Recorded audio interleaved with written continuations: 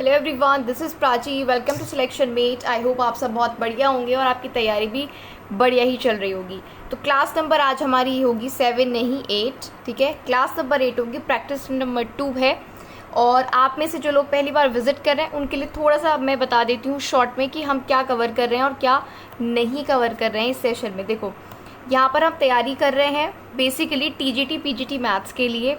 जिनका भी कोई भी एग्ज़ाम है टीजीटी पीजीटी मैथ्स सब्जेक्ट का, वो इस जो है वीडियो को देख सकते हैं। साथ ही साथ जो मैं डिस्कस कर रही हूँ वो यूपी टीजीटी मैथ्स का 2015 का पेपर हम डिस्कस कर रहे हैं विद सोल्यूशन। 2019 का कंप्लीट पेपर हमने डिस्कस कर लिया है, उसका जो प्लेलिस्ट में है सारी वीडियोस पड़ी हुई हैं। 3 से 4 मैराथन क्लासेस हैं, वो आपने नहीं देखी तो देख लीजिएगा अगर आप देखना चाहते हैं तो। बाकी अब जो चल रहा है वो हमारा प्रैक्टिस सेट नंबर 2 यानी कि 2015 का पेपर हम डिस्कस कर रहे हैं।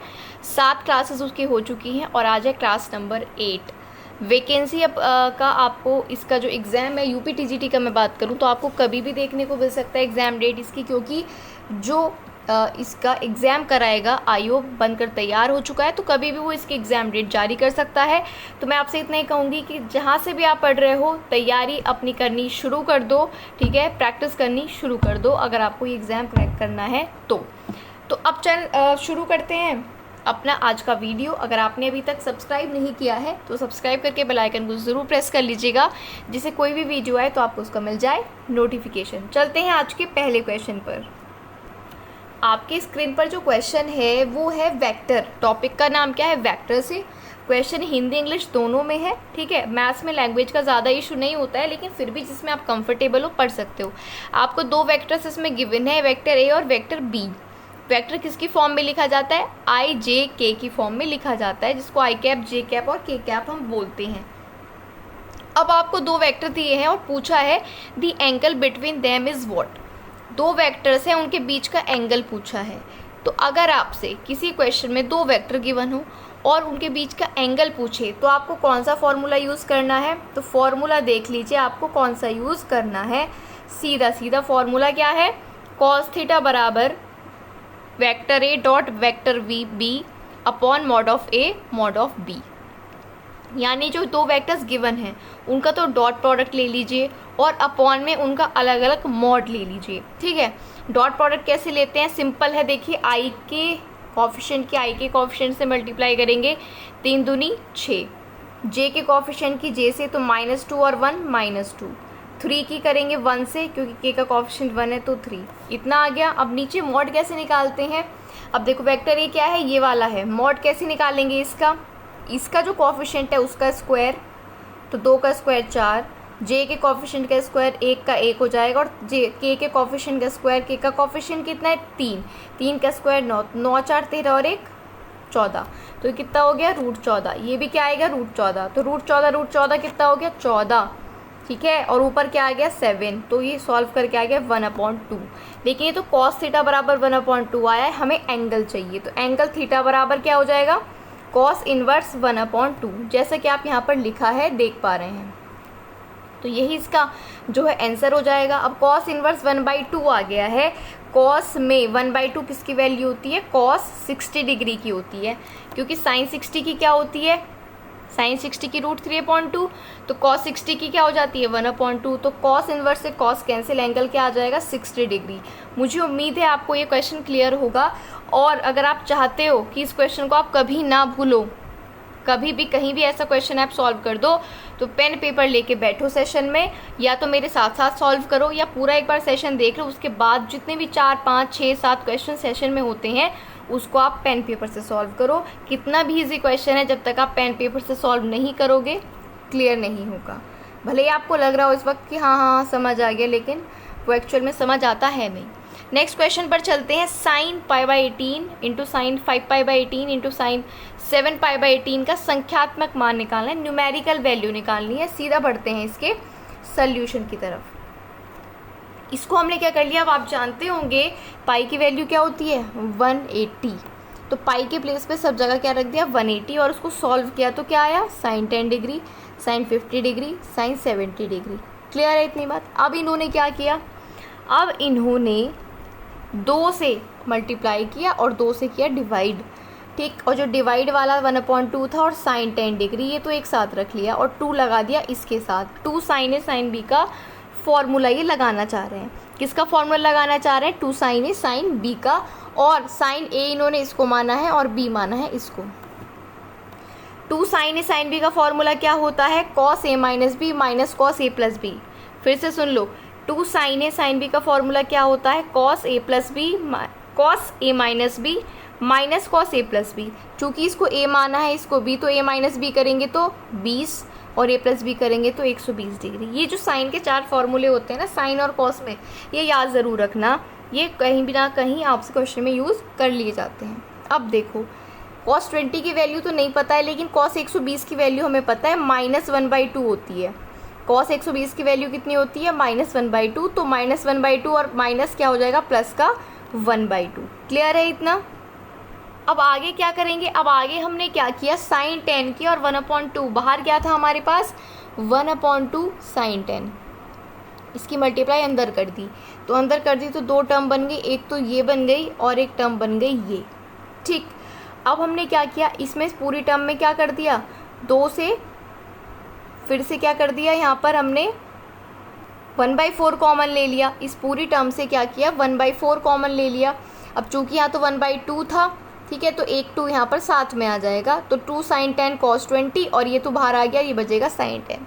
फिर आपने क्या लगाना है? 2 साइन ए कॉस बी साइन ए प्लस बी माइनस साइन ए माइनस बी होता है। फॉर्मूला ये यहाँ पर अप्लाई हो रहे हैं। ठीक। क्या लगाया? 2 साइन ए कॉस बी लगाया। तो 2 साइन ए कॉस बी क्या हो गया? साइन ए प्लस बी माइनस साइन ए माइनस बी। और ये साइन 10 चल रहा है, इससे कैंसिल। साइन 30 होता है 1/2, तो 1/4 गुणा 1/2 1/8। इसका आंसर क्या आ जाएगा? 1/8। तो ज़रूरी क्या है? ज़रूरी याद है होना है फॉर्मूला। तो इन सेशन में आपको हर क्वेश्चन में, चाहे 5 क्वेश्चन करें, 4 करें या 10 करें, हर क्वेश्चन में कोई ना कोई फॉर्मूला, कोई ना कोई कंसेप्ट आपको सीखने को ज़रूर मिलेगा। तो वो आप साथ साथ नोट करते हुए चलना। अब ये नोट कर लेना कि साइन के सारे फॉर्मूले आपको याद करने हैं। क्लियर है? चलो अब बढ़ते हैं नेक्स्ट क्वेश्चन पर। नेक्स्ट आपसे कहता है लिमिट x टेंस टू 0 आपको गिवन है। x cos x minus log 1 plus x upon x square का मान क्या होगा? वैल्यू क्या होगी? अब इस क्वेश्चन में आप क्या कर सकते हो? इसमें आप सिर्फ एक चीज़ कर सकते हो कि cos x का और log 1 प्लस एक्स का एक्सपेंशन ओपन कर सकते हो। तो क्वेश्चन देखते सबसे पहले ऑब्जर्व आपको करना है कि क्या तरीका लगाना है। ठीक है, तभी आप इस तरह के और क्वेश्चन कर पाओगे, सिर्फ यही नहीं। तो हमने क्या किया? देखो सॉल्यूशन पर बढ़ते हैं। हमने cos x का एक्सपेंशन खोल दिया और साथ में log 1 प्लस एक्स का। अब एक्सपेंशन भी 2 यहाँ से आपको याद हो जाएंगे। cos x का एक्सपेंशन क्या होता है? cos x के एक्सपेंशन में याद रखना फैक्टोरियल आता है अपॉन में, पहली चीज़। दूसरी चीज़ इवन नंबर्स आते हैं। cos x के एक्सपेंशन में इवन नंबर्स आते हैं और फैक्टोरियल होता है उनके साथ। चलो याद करते हैं। cos x का एक्सपेंशन क्या हो गया? 1 minus x square upon 2 factorial plus x4 upon 4 factorial minus x6 upon 6 factorial. यानी कि पहली चीज़ क्या कि देखो प्लस माइनस चलता है इसमें। दूसरा, इसमें इवन नंबर्स आते हैं, सम संख्या। और तीसरा क्या, उनके साथ फैक्टोरियल भी आता है। क्योंकि लॉग वाले फॉर्मूला में फैक्टोरियल नहीं आता, इसलिए मैं आपको ये पॉइंट्स याद करा रही हूँ जिससे आप कंफ्यूज ना हो इसका एक्सपेंशन खोलने में। क्लियर है? तो cos x का एक्सपेंशन हो जाता है 1 minus x square upon 2 factorial plus x4 upon 4 factorial minus x6 upon 6 factorial and so on. अब वहीं दूसरी ओर है log 1 प्लस एक्स का। log 1 प्लस एक्स वाले में x से टर्म शुरू होती है। cos में किससे शुरू हुई थी? 1 से।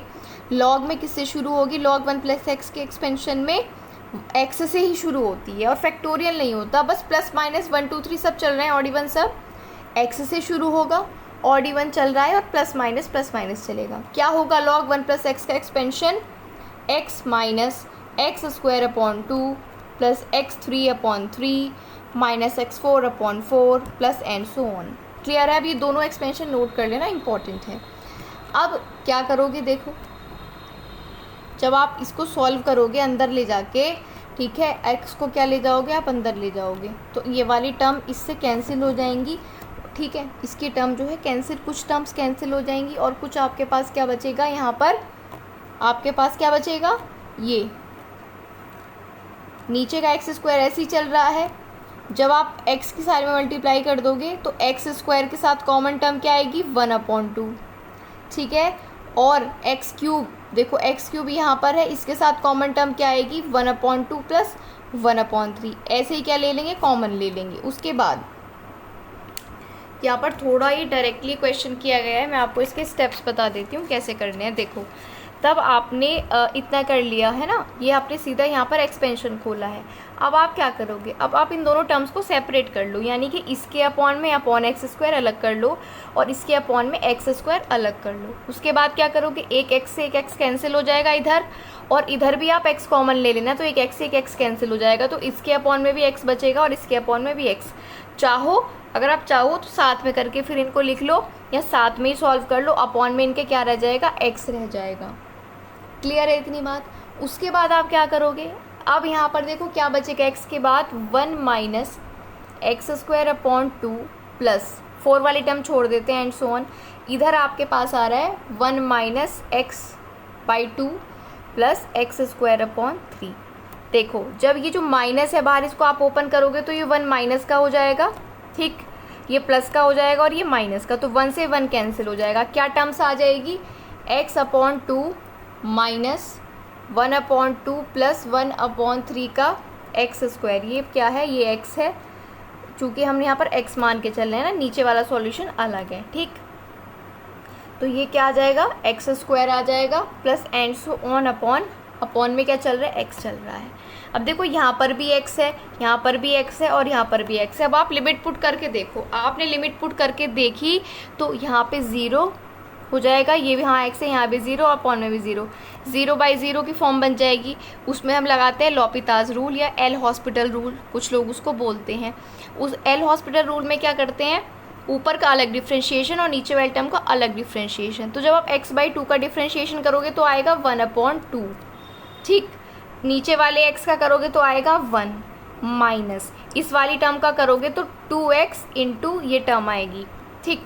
अब आप x की वैल्यू पुट करो तो ये वाली टर्म 0 हो जाएगी, x जगह 0 रखेंगे, ये तो 1 है, तो क्या बच जाएगा 1/2 बच जाएगा। मुझे उम्मीद है आपको अब कुछ क्लियर हुआ होगा, लेकिन आपको मैं बता देती हूँ जो आप खुद सॉल्व करोगे क्या करना है। दोनों एक्सपेंशन खोल दी, उसके बाद दोनों को सेपरेट कर लीजिए, इसका एक्स स्क्वायर अलग इसका अलग, दोनों से एक्स को कैंसिल कर दीजिए बस। उसके बाद क्या करना है, पूरा ओपन कर दो इसको, है ना, ये माइनस अंदर ले जाकर खोल दो, तो 1 से 1 कैंसिल हो जाएगा, एक्स वाली टर्म बचेगी और एक्स स्क्वायर वाली टर्म बचेगी और नीचे भी एक्स बचेगा।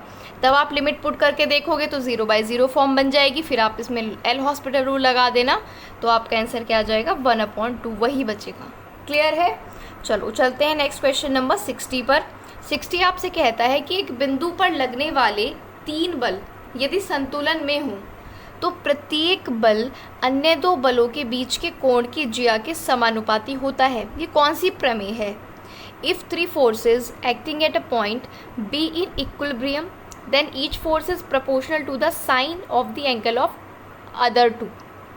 ये कौन सी थ्योरम है, डायरेक्टली थ्योरम आपसे पूछी है, तो ये लामीज प्रमेय है, जिसको लामी का प्रमेय या लामीज थ्योरम कहते हैं। कुछ इस तरह से इसका डायग्राम होता है, ठीक है। ये डायग्राम होता है, यहाँ पर आपके पास देखो 3 फोर्सेस हैं, एक ही पॉइंट पर वो एक्ट कर रहे हैं और इक्विलिब्रियम में है। यहाँ पर आप देख पा रहे हो, ये बीच के इन्होंने एंगल्स मान लिए हैं इनके, अल्फा बीटा और गामा। ये फोर्स F3 है, ये F1 है और ये F2, एक ही पॉइंट पर एक्ट कर रहे हैं, इक्विलिब्रियम में है। तो कंडीशन भी याद रखो, पहली बात तो ये लामीज थ्योरम है और लामीज थ्योरम की कंडीशन क्या होती है, पहला फोर्स अपॉन, ठीक है, फोर्स 1 और उसके सामने वाला एंगल कौन सा है, अल्फा, तो F1 अपॉन साइन अल्फा। फिर फोर्स 2 और उसके सामने का एंगल अपॉन साइन बीटा, और फोर्स F3 उसके सामने का एंगल साइन गामा। ये भी याद रखना, ये फॉर्मूला भी याद रखना, लामीज प्रमेय का या लामी की थ्योरम का जो ये फॉर्मूला है ये भी याद रखना। और जो ये स्टेटमेंट था ये तो ज़रूर आपको याद रखना है। एक बार फिर से पढ़ लेते हैं कि देखो, अगर 3 फोर्स एक ही पॉइंट पर एक्ट कर रहे हैं, इक्विलिब्रियम में है, संतुलन में है, तो हर एक बल, एक सिंगल बल अन्य 2 बलों के बीच के कोण की ज्या के समानुपाती होता है। ये आपको याद रखना है। पढ़े नेक्स्ट क्वेश्चन पर। नेक्स्ट क्वेश्चन है आपके पास, सीधा सीधा फॉर्मूला लगाना है इस क्वेश्चन में, tan inverse 1/3 plus tan inverse 1/3। Sorry पहले 1/2 है फिर 1/3 है। tan inverse a plus tan inverse b का फॉर्मूला क्या आपको याद है तो फटाफट से अपने कॉपी पे लिख लीजिए। tan inverse a plus tan inverse b का फॉर्मूला अपनी कॉपी पर लिख लो, tan inverse a plus B upon 1 minus A B. tan inverse a plus tan inverse b का फॉर्मूला है। थोड़ा और क्लियरली मैं आपको दिखा देती हूँ, देखिए यहाँ पर, ठीक है, सॉल्यूशन में tan inverse a plus tan inverse b का फॉर्मूला क्या होता है, tan inverse 1 plus a plus b upon 1 minus A B. आपको वैल्यू पता है a की भी, वैल्यू पता है b की भी, तो यहाँ पर आपने पुट कर दोगे, ठीक है, यहाँ पर क्या करोगे, वैल्यूज़ को पुट कर दोगे।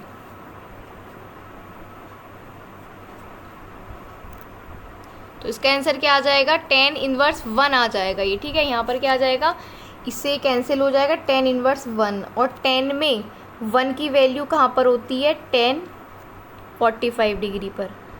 तो tan इनवर्स से tan कैंसिल, आंसर आ गया 45 डिग्री, या 45 डिग्री कोई π/4 लिख सकते हैं पाई की फॉर्म में। तो सिंपल यहाँ पर क्या करना था, tan inverse a plus tan inverse b का फॉर्मूला आपको अप्लाई करना था। उम्मीद है ये भी क्वेश्चन आपको क्लियर होगा, और अगर अब तक वीडियो आपको अच्छी लग रही है तो वीडियो को लाइक ज़रूर कर दीजिएगा। नेक्स्ट क्वेश्चन अभी आ गया मैक्सिमम वैल्यू का। लास्ट सेशन में भी हमने मिनिमम वैल्यू निकालने के लिए एक क्वेश्चन किया था, आज है मैक्सिमम वैल्यू निकालने के लिए। मैं पूरा तरीका आराम से बताया था आपको कि जब आपसे मैक्सिमम या मिनिमम वैल्यू पूछे तो क्या पैटर्न होता है सॉल्व करने का, क्या तरीका होता है। तो चलिए, ये आपको फंक्शन गिवन है। सबसे पहले इस फंक्शन का हम करते हैं डिफ्रेंशिएशन करके जो वैल्यू आती है उसे रखते हैं 0 के बराबर, वहाँ से निकालते हैं x की वैल्यू, फिर इसका डबल डेरिवेटिव करते हैं। चलिए पहले इतना कर लेते हैं, ये फंक्शन आपको गिवन है, डिफ्रेंशिएशन कर लेते हैं इसका।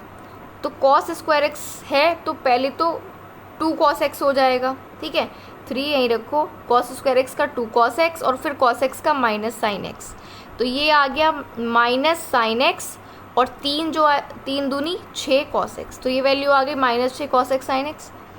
वैसे ही फिर आप इसको करोगे, ये हो जाएगा 4 कांस्टेंट रखो, 2 साइन x और फिर साइन x का cos x, ये आपका cos x/2 का माइनस साइन x/2 और x/2 का 1/2, साइन x/2 का cos x/2 और x/2 का 1/2। फिर डिफ्रेंशिएशन करने के बाद आपको इसको 0 के बराबर रखना होता है, ठीक है।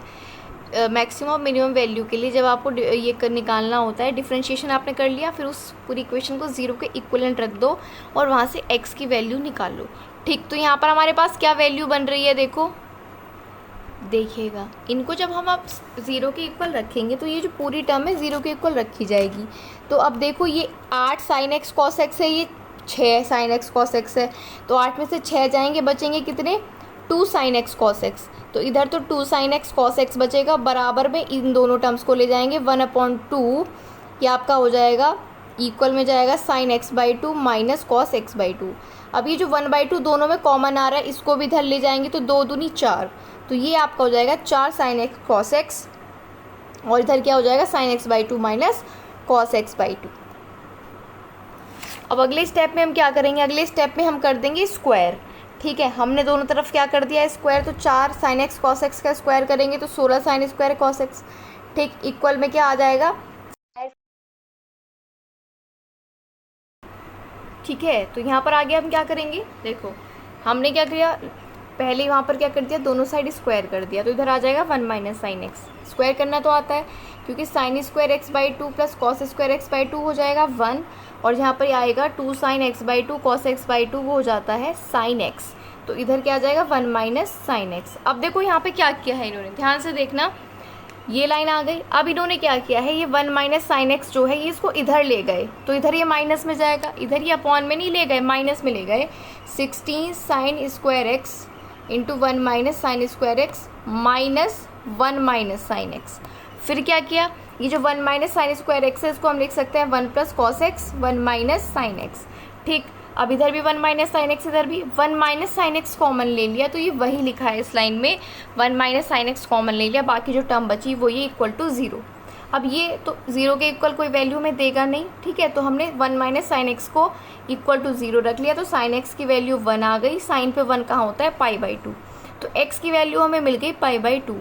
अब मैंने आपको बोला सबसे पहले हम डिफ्रेंशिएशन किया, डिफ्रेंशिएशन करके उस डिफ्रेंशिएशन को 0 के इक्वल रख के x की वैल्यू निकाल ली, फिर से डबल डेरिवेटिव करेंगे। तो डबल डेरिवेटिव तब हमने किया तो हमें मिली ये वैल्यू, डबल डेरिवेटिव करेंगे तो आ जाएगा 2 cos 2x minus half cos, ये वैल्यू आ जाएगी डबल डेरिवेटिव। अभी जो डबल डेरिवेटिव आया है इसकी वैल्यू हम निकालेंगे जो x की वैल्यू आई है उस पर, डबल डेरिवेटिव करने के बाद उसमें x की वैल्यू पुट करते हैं, तो ये डबल डेरिवेटिव आ गया। अब यहाँ पर x जहाँ पर भी है वहाँ रख देंगे π/2, ठीक, जहाँ पर भी x है वहाँ π/2 रख देंगे, तो ये cos पाई आ जाएगा, यानी कि cos 180 उसकी वैल्यू -1 होती है, cos यहाँ पर x का क्या रख देंगे π/2, तो cos π/4 हो जाएगा 1/√2, इसी तरह से, ठीक है। तो जब इसको सॉल्व करेंगे तो हमें वैल्यू जो मिली, ध्यान से देखना आप, यहाँ पर आप सॉल्व करेंगे तो जो हमें वैल्यू मिली वो मिली है -2 माइनस 1/√2, ये तो नेगेटिव है, ये तो लेस देन 0 है, यानी कि x बराबर π/2 पर फंक्शन उच्चिष्ट मान दे रहा है। उच्चिष्ट मान के लिए क्या वैल्यू, देखो जब अगर लेस देन 0 आएगा तो आपको मैक्सिमम वैल्यू देगा, तब आपका ग्रेटर देन 0 आएगा तो मिनिमम वैल्यू देगा। दैट मीन्स x पाई, सही बात है, नेगेटिव भी हमें चाहिए थी उच्चिष्ट मान के लिए लेस देन 0, तो π/2 पर fx जो है उच्चिष्ट मान है। अब जो मेन इक्वेशन है आपका जहाँ fx है, जो क्वेश्चन में दिया था ना fx, वहाँ अब जब इसी x बराबर π/2 पर हमें उच्चिष्ट मान मिल गया जो कि हमें चाहिए था, तो अब ये जो x बराबर π/2 है पहली इक्वेशन में रख देंगे जो क्वेश्चन में गिवन थी fx। बस क्या करना है, x की जगह क्या रखना है आपको π/2, तो उस इक्वेशन में x का π/2 रखोगे तो आंसर आ जाएगा 4 + √2। मैंने कोशिश की आपको जितना पॉसिबल हो सके समझाने की यहीं पर, बाकी जब आप पेन पेपर लेकर बैठोगे तो आपको बहुत अच्छे से क्लियर चीज़ें हो जाएंगी। क्लियर है? तो आज के सेशन में इतनी क्वेश्चंस रखते हैं, एक बार प्रैक्टिस इन क्वेश्चंस की आप ज़रूर कर लीजिएगा, फिर आपका कोई भी डाउट है तो वो अपने आप ही क्लियर हो जाएगा जब आप पेन पेपर से सॉल्व करोगे। वीडियो अच्छी लगी है तो लाइक कर दो, सब्सक्राइब अभी तक नहीं किया है और आप हमारे वीडियोस देखते हैं तो सब्सक्राइब करके बेल आइकन को प्रेस कर लेना, जिससे सभी वीडियोस के आपको नोटिफिकेशन समय पे मिल जाए। और जाने से पहले अपने ग्रुप्स में इस वीडियो को आप शेयर कर देंगे तो हमारी बहुत हेल्प हो जाएगी और बहुत और स्टूडेंट्स की हेल्प हो जाएगी। हमारा जो यहाँ पर मकसद है ज़्यादा लोगों तक वीडियो को पहुँचाना, वो पूरा हो जाएगा और जिन्हें ज़रूरत है उन्हें वीडियो मिल जाएगी। तो लगातार पढ़ाई करते रहिए, कोई डाउट है तो कमेंट बॉक्स में लिख सकते हैं। डिस्क्रिप्शन में टेलीग्राम चैनल का लिंक है, वो ज्वाइन कर लो, कोई भी अपडेट या क्लासेस अपलोड होती हैं तो वहाँ आपको इन्फॉर्मेशन दे दी जाती है। आज की वीडियो में इतना ही रखेंगे, नेक्स्ट वीडियो में मिलेंगे जल्द ही, तब तक के लिए थैंक यू।